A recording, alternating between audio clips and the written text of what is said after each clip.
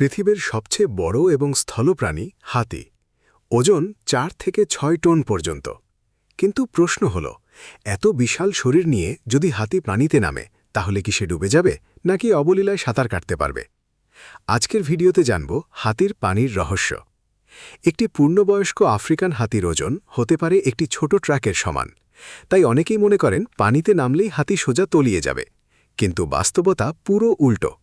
হাতির শরীর যত বড়ই হোক না কেন, তার শরীরে এমন কিছু বৈশিষ্ট্য আছে যা তাকে পানিতে টিকে থাকতে সাহায্য করে।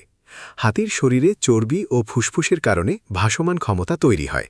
ঠিক মানুষের মতো হাতিও পানিতে ভেসে থাকতে পারে। শুধু ভেসেই নয়, হাতি আসলে অসাধারণ সাঁতারুও। বিজ্ঞানীরা দেখেছেন হাতি টানা কয়েক ঘন্টা সাঁতার কাটতে পারে। এমনকি তারা সমুদ্রের মধ্যেও দীর্ঘ দূরত্ব পার হয়েছে। সবচেয়ে মজার বিষয় হল, হাতির শুঁড় কাজ করে স্নোরকেলের মতো।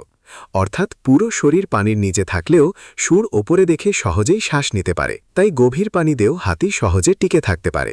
তবে এর মানে এই নয় যে হাতি কখনো ডুবে যায় না। অতিরিক্ত স্রোত, কাদা বা ক্লান্তির কারণে হাতিও বিপদে পড়তে পারে। বিশেষ করে ছোট হাতির বাচ্চারা বেশি ঝুঁকিতে থাকে।